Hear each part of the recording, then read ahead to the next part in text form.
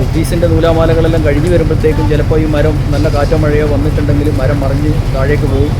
ഏത് സമയവും എന്തും സംഭവിക്കാവുന്ന അവസ്ഥയിലാണുള്ളത്.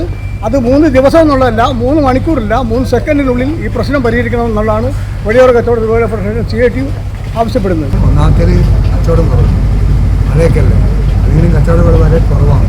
കാരണം കടയുള്ളത് ഇങ്ങനെയാണ്. നമ്മളിവിടെ ഞാനിവിടേക്കുണ്ട്, എന്നെ അപ്പുറം 4 കട കാണില്ല. ഈ കട ഇതല്ലേ, ഇപ്പോൾ ഇത് മുറിച്ചിട്ട് എല്ലാം നേരേക്ക് വരികയാണെങ്കിൽ അത് ബാക്കിലോട്ട് നേരിട്ടതുമാണ്. സ്വന്തം ജീവനും കയ്യിൽ പിടിച്ചാണ് ഇരിട്ടി പുതിയ ബസ് സ്റ്റാൻഡിലെ വഴിയോര കച്ചവടക്കാർ ഓരോ നിമിഷവും തള്ളി നീക്കിക്കൊണ്ടിരിക്കുന്നത്. പ്രൈം വിഷൻ ന്യൂസ് ഇപ്പോൾ എത്തി നിൽക്കുന്നത് ഇരിട്ടി പുതിയ ബസ് സ്റ്റാൻഡിലേക്ക് കടക്കുന്ന വഴിയിലെ വഴിയോര കച്ചവടക്കാരടക്കം ഇരിക്കുന്ന ഒരു സ്ഥലത്താണ്. ഈ ഒരു മേഖലയിലുള്ള അവസ്ഥ എന്ന് പറയുന്നത് കഴിഞ്ഞ ദിവസം പെയ്ത മഴ കൂടി ആയപ്പോൾ വലിയ അപകടാവസ്ഥയിലായിരിക്കുകയാണ് ഇവിടെയുള്ള 4ഓളം മരങ്ങൾ. ഞങ്ങളിപ്പോൾ നിൽക്കുന്ന എൻ്റെ പുറകിലിരിക്കുന്ന ഈ ഒരു മരം വൻ ഭീഷണിയാണ് ഉയർത്തുന്നതാണ് എന്നാണ് ഇവിടെയുള്ള വഴിയോര കച്ചവടക്കാർ പറയുന്നത്. മറ്റൊന്നുമല്ല, ഇതിൻ്റെ വേരടക്കം ഇളകി കഴിഞ്ഞ മഴയിൽ ഈ ഒരു കല്ലടക്കം താഴേക്ക് പോകുന്നൊരവസ്ഥയാണ് ഉണ്ടായത്. ഈ ഒരു മരം വീണ് കഴിഞ്ഞാൽ ജീവഹാനി അടക്കം സംഭവിക്കാം. ഓരോ നിമിഷവും ഭയപ്പെട്ടുകൊണ്ടാണ് ഇവിടെയുള്ള വഴിയോര കച്ചവടക്കാർ ഇരിക്കുന്നത് എന്നാണ് പറയാനുള്ളത്. ഇരിട്ടി പുതിയ ബസ് സ്റ്റാൻഡ് റോഡിന് സമീപം തുളസി മലബാർ ബിൽഡിംഗിന് പിറകുവശത്താണ് ഈ അപകടമരം നിലകൊള്ളുന്നത്.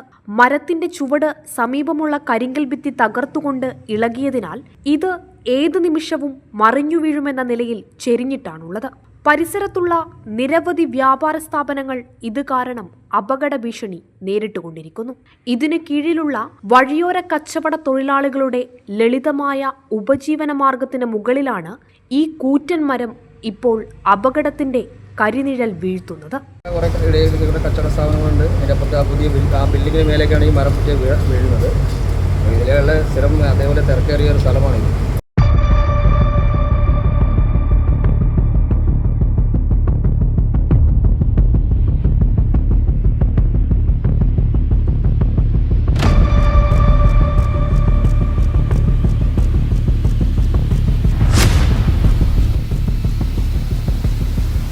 അപകടകാരികളായിട്ടുള്ള മരങ്ങൾ മുറിച്ചു മാറ്റുന്നതാണ് നല്ലത്. കാരണം നമ്മൾ ഉപജീവനം നടത്തുന്നത് ഇല്ലാത്ത ആൾക്കാരെ ഇവിടെ കച്ചവടം ചെയ്യുന്നത്. അപ്പോൾ നമുക്കൊരു ഭീഷണിയായിട്ട് വരാൻ പാടില്ല.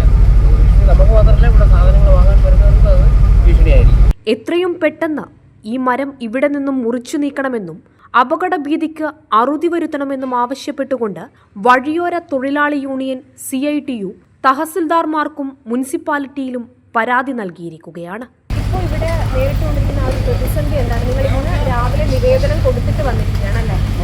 എന്താ പ്രതിസന്ധി എന്ന് പറയുന്നത്, ഇവിടെ ഒരു വലിയ മരം കടവഴിയിട്ടുള്ളത്.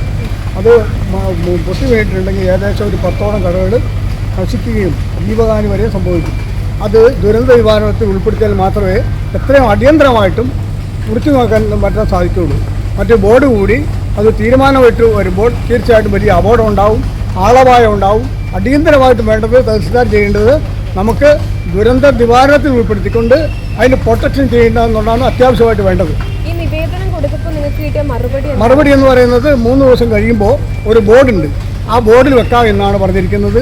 ആ ബോർഡിൽ വെച്ച് തീരുമാനം വരുമ്പോഴത്തേക്ക് നിങ്ങൾക്കെല്ലാം അറിയാം, ആ വലിയ പടുകൂറ്റൻ മരമാണ്. ഏകദേശം വലിയ മരം എന്ന് പറഞ്ഞാൽ വലിയ പടുകൂറ്റൻ മരമാണ്. ആ മരം മറിഞ്ഞിട്ടുണ്ടെങ്കിൽ ജീവഹാനി സംഭവിച്ചു കഴിഞ്ഞാൽ പിന്നെ ഫെയർഫോഴ്സുകാരെ വിളിപ്പിച്ച് മുറിച്ച് വലിയ ദുരന്തത്തിലേക്ക് പോകും. അതുകൊണ്ട് തഹസിൽദാർ തന്നെ ഇടപെട്ടിട്ടുണ്ട്. ദുരന്ത നിവാരണമാണ് നമ്മൾ ആവശ്യപ്പെടുന്നത്. അത് ആ രീതിയിൽ തന്നെ പെട്ടെന്ന് ഒരു ആക്ഷനിലേക്ക് പോകണം എന്നുള്ളതാണ് നമ്മുടെ ആവശ്യം. നമ്മളിപ്പോൾ ഇവിടെ നിൽക്കുമ്പോൾ തന്നെ നമുക്ക് ഈ ഒരു വശം ഇളകി പോകുമോ എന്നുള്ളൊരു പേടിയാണുള്ളത്. അപ്പുറത്തേക്ക് നമുക്ക് കടക്കാൻ പറ്റില്ല. കാരണം ഈ ഒരു കല്ല് ഇളകിയിരിക്കുകയാണ്, അപ്പുറമുള്ള കല്ല് ഇളകാൻ വേണ്ടി ഇരിക്കുകയാണ്. ഈ വേരിരിക്കുന്ന സ്ഥലം ഏത് നിമിഷം വേണമെങ്കിലും ഇളകാം. ഈ മരം ചെരിഞ്ഞ് വീഴാം. എത്രത്തോളം ഭയാനകമാണ് ഈ ഒരു അവസ്ഥ എന്നുള്ളത് നമുക്ക് കാണാൻ സാധിക്കും. വഴിയോര കച്ചവട തൊഴിലാളി എന്ന് പറഞ്ഞാൽ ഞങ്ങൾ വർഷങ്ങളായിട്ട് ഇവിടെ കച്ചവടം ചെയ്യുന്നതാണ്. അപ്പോൾ ഇത് മറിഞ്ഞു വീണാൽ വലിയ അപകടം ഉണ്ടാവും.